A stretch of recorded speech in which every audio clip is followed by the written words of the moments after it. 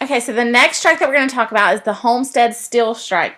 This is going to be a little bit of a review of some of the big business leaders that we previously talked about.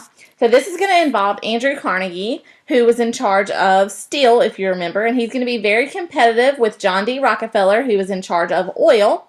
And Carnegie is going to wanted to increase production and profit so that he can beat Rockefeller. In order to do this, he's going to decide that the Iron and Steel Workers Union in his steel mills could not be there. So he's going to say this union has to be kicked out of my steel mills.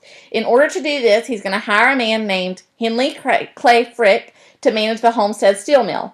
When Frick is hired, he's going to cut wages by 25%. And when he does this, he's going to lock out the workers, which means the workers cannot enter the factory. When the workers find out about this, they are going to surround the Homestead Steel Mill. Frick is going to have to call in 300 Pinkertons, the private police force, which we previously talked about during the Omaha platform, in order to break up the strike. There's obviously going to be a battle between the strikers and the Pinkertons, and 3 guards and 10 strikers are going to end up dying. The governor of Pennsylvania is going to be calling in the National Guard, and 8,000 troops are going to come in and have to break up the strike. Again, the result is going to be that the public is going to start to view the unions as negative. They're going to blame the unions for all of these deaths that are occurring. Okay, the last incident we're going to talk about is the Pullman Company strike. Okay, remember we talked about George Pullman and his creation of these Pullman sleeper cars. Okay, his company was called the Pullman Palace Car Company. Okay, he's going to build these passenger sleeping cars in a town he set up, Pullman, Illinois, specifically for the development of these cars. Okay, we also talked about how he is going to set up this community for his employees. Okay, it gave him houses to rent. It gave them a general store to shop from. Okay, overall controlled every aspect of their life.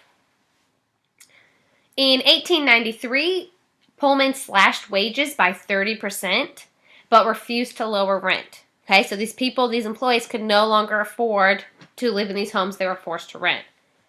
Okay, these workers went on strike led by Eugene V. Debs. Remember, this is a gentleman's name, not a court case. He is from the American Railway Union. Within days, thousands of railroad workers throughout 27 states and territories went on strike. Okay, this means no transportation occurred from Chicago to the West Coast. The federal government is going to intervene to stop this. What they're going to do is attach mail cars to the Pullman cars. What this is doing is making it a federal offense. Remember, if you mess with mail, that is a federal offense. Okay, this is also going to give an excuse for President Grover Cleveland to send in federal troops, to break up the strikes. Okay, union leaders, particularly Eugene V. Debs, were arrested and imprisoned.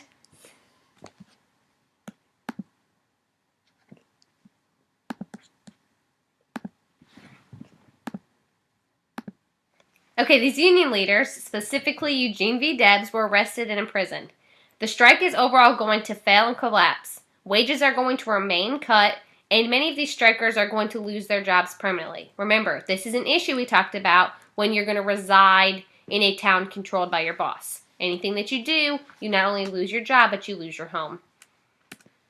Okay, so now we're going to talk about some of the specific techniques that both management and labor are going to use during this constant back and forth between the two groups. So we're going to go over the tools of management first. Management is going to use something called scabs or strike breakers. These are going to be the people that they have waiting just in case their workers go on strike. So if you go on strike because you work for a company, they're going to go ahead and have people come in and work for you. So it doesn't really matter if you're on strike. They're also going to have yellow dog contracts. This is going to be where they require their workers to sign some type of a form or contract when they are employed that they will not join a union.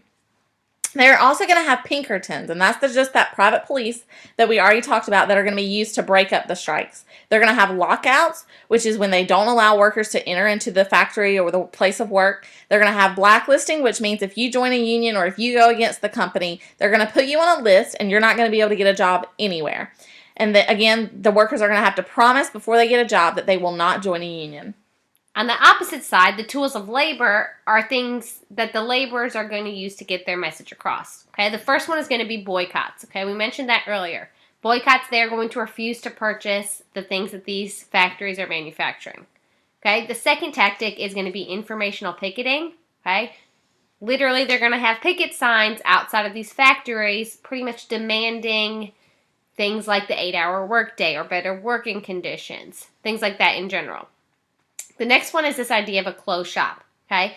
This is where these owners wanted you to be a part of a union in order to help arbitrate these issues.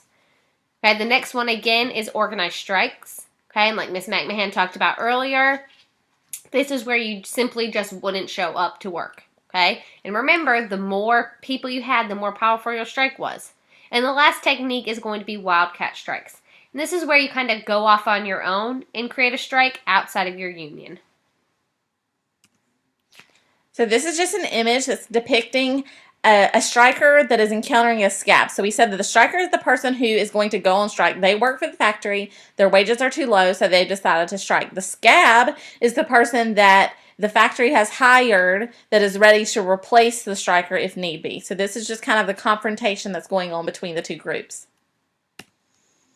And again, there's a lot of violence that's going to break out within these unions, between the unions and the people who are trying to put down the strikes. And so it's going to create a lot of opposition to the unions. So now we're going to kind of refresh your memory and talk about a few things with trust.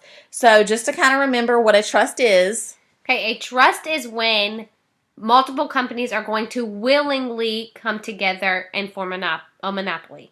Okay, this is to eliminate competition. Again, it is willingly forming together a monopoly.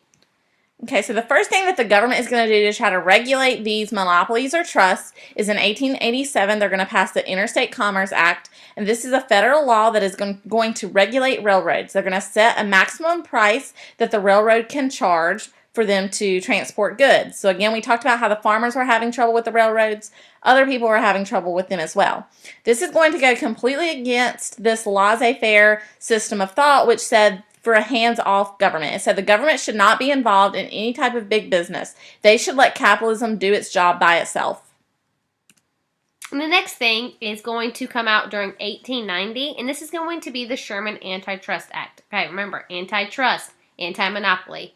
Basically, what this is going to do is it's going to start businesses in regulating, the government is going to start regulating businesses. Okay, this is going to eliminate unfair business practices and generally make trust or monopolies illegal. And that is all you need to know for today.